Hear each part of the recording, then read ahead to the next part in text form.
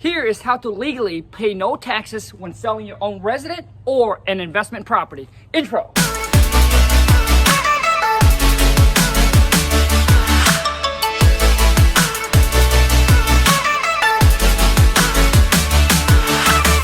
Let's say you have a rental property and you sold it for $300,000 and made $100,000 in profit. With that $100,000 in profit, you would have to pay 20% to Uncle Sam for capital gains tax. So if you take $100,000 minus 20%, you would have to pay Uncle Sam $20,000. So that will only leave you with a net profit of $80,000. But if you were to do a 1031 exchange on that property, the $100,000 that you profit, instead of paying 20% on taxes, if you were to roll that over to another piece of property that is equal or greater in value, then you don't have to pay any taxes on that $100,000.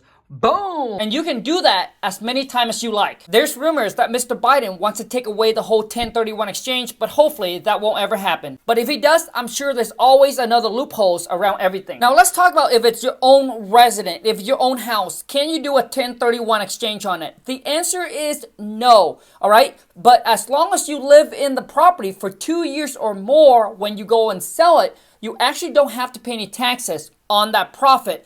Now, you can turn your resident into a rental and then do the 1031 exchange. But I think you got to rent that property out for at least 2 years before you can go and sell it and then do the 1031 exchange. Now, let's say if you live in your primary residence for 2 years, now you want to sell it, you want to take the profit. Instead of going buy another house, I suggest that you take that money and put into a multi-family. That way you can live in one of the units, rent out the rest, and live rent-free. So you don't have to have a mortgage. Have your renter pay for your mortgage and pay for all the expenses so you can live rent-free. If you do this right, there's no reason why you can't become financially free or even become a millionaire. Now let's say that you say, hey Khang, when I sell my primary residence, I'm going to take that profit. Can I put into another house where I can actually live there? It's like you're upgrading. The answer is yes, you can certainly do that. You don't have to worry about, hey, if the price have to be equal or greater than your resident that you sold before. So you don't have to worry about that because you're not doing a 1031 exchange. So you can take the profit, either buy a house where it's paid off so you can live mortgage free, or you can take the profit and put into a bigger house, like use that as your down payment. That's another options. But always remember this, okay? You got to be smart with your money. Okay, taking that profit and put it in a house maybe you cannot afford is not a good idea. And what I mean by that is always make sure that when you buy your own resident, just make sure that you have at least 6 to 12 months in reserve in case anything happens, in case you lose your J-O-B, in case if you have your own business and business doesn't go well. Obviously, we want to hope for the best, but always got to be prepared for the worst. Because in life, it's not always rainbows and stars. You're going to have good days and you're going to have bad days.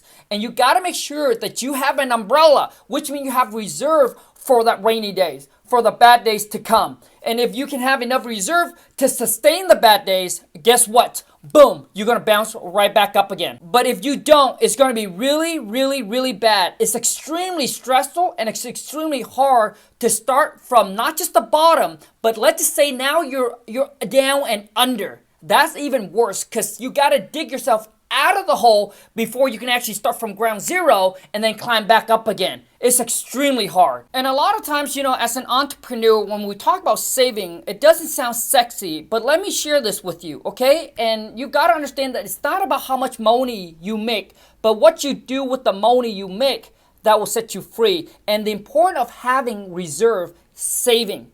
For example, the Ace family. You guys probably heard of the Ace family. If you don't, you should go check them out. They are a big YouTube family. They make a lot of money. But guess what happened? Now listen, this is not to hate. This is not to shame on them or anything like that.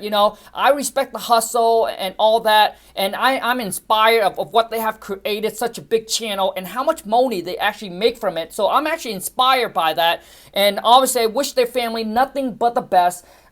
My whole thing is I don't believe on hating more successful people, and people go through rough time and things like that, and I really hope that thing will work out for them. But I want to use this as an example so you guys will understand that even though they make a lot of money, but guess what? See, when things crash, when life just hits you, and if you don't have reserve, and you've been, spending, I'm not just saying them, but I'm just saying in general, when you've been just spending all your money and buying it and blowing on all these things, and you don't have money saved up, you can't weather through the storm. You want to be able to have the money saved to weather through whatever it is that's going to come at you in life.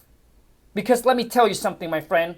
Good things comes and bad things comes. You just got to be able to have the money to withstand the bad time. Anyways, thank you so much for watching. I hope you enjoyed this video, and I hope it does add value to you. And if it does, please show your boy King Khang some love, and boom, smash that thumbs up. If you're new to the channel, welcome to the Wholesale to Million family. Be sure to boom, smash that subscribe button. Make sure you turn on the bell notification so when I upload a new video or when I go live, you get notified. But I want to say thank you so much for watching. Until next time, take care and ciao.